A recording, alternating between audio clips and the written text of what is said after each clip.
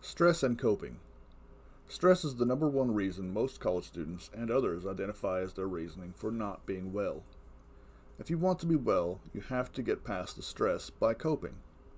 But you need to know how to cope in order to get over those stress barriers and become more well. This video will explain what stress is about and how it impacts us.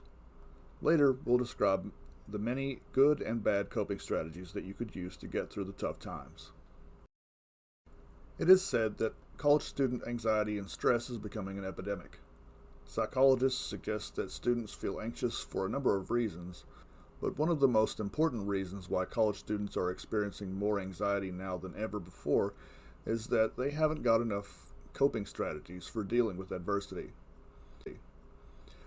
College is full of struggles, and many students have not yet learned how to tolerate the discomfort that goes along with struggle, nor have they learned the ways to self-soothe or tackle or solve problems that they face.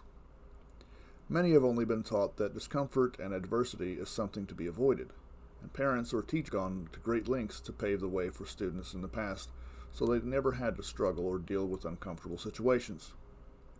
Although it's quite sweet that folks loved their students so much they didn't want them to suffer, clearing their paths of any adversity may have robbed students of the opportunity to learn critical coping skills such as perseverance, mindfulness, emotion-focused coping, and problem-focused coping. The lack of coping skills seems to develop in perpetual anxiety, leading to a very stressed-out student who is distracted from their academics, a recipe for whatever the opposite of success is. In order to set oneself up for success, coping strategies must be learned and utilized.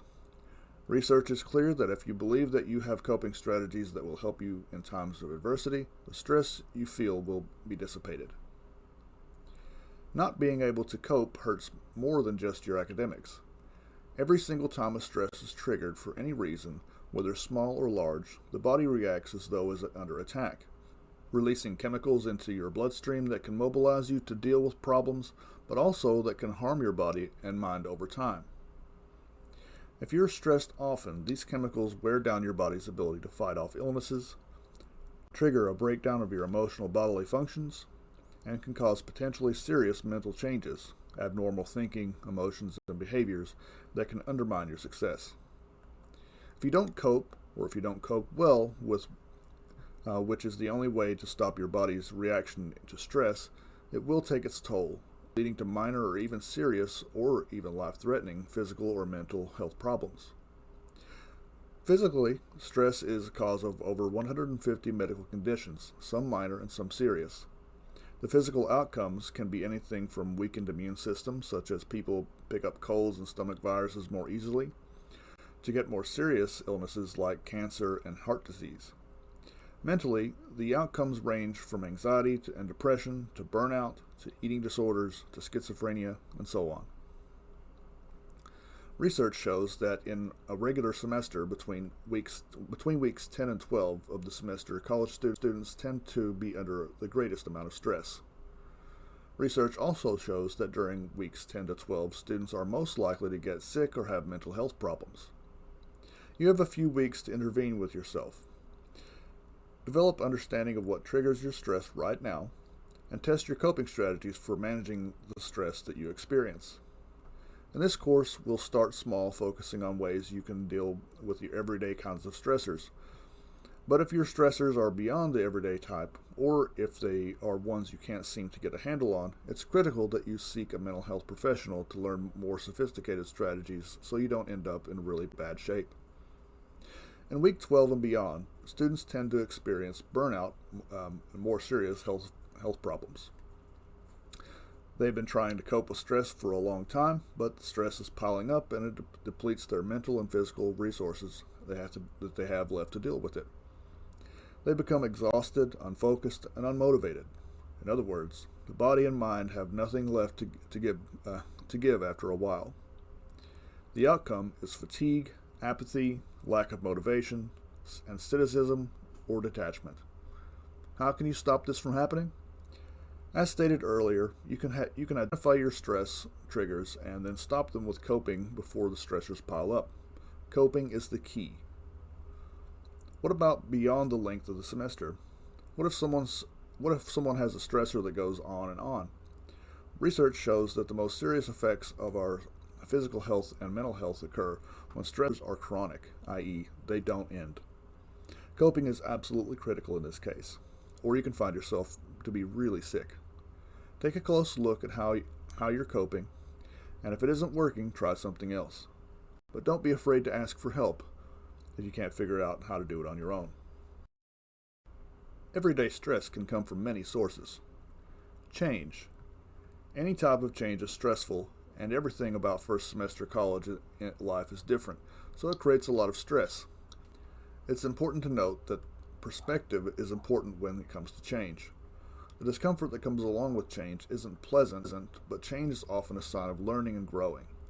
Focus on it as a positive rather than a negative, and the stress will be lessened. Pressure. Perhaps someone or yourself is pressuring you to do better or perfect, and time is running out.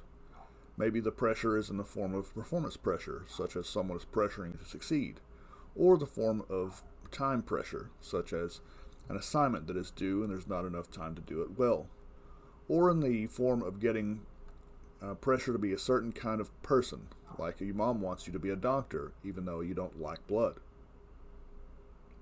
Frustrations. Having your physical or aspirational goal blocked.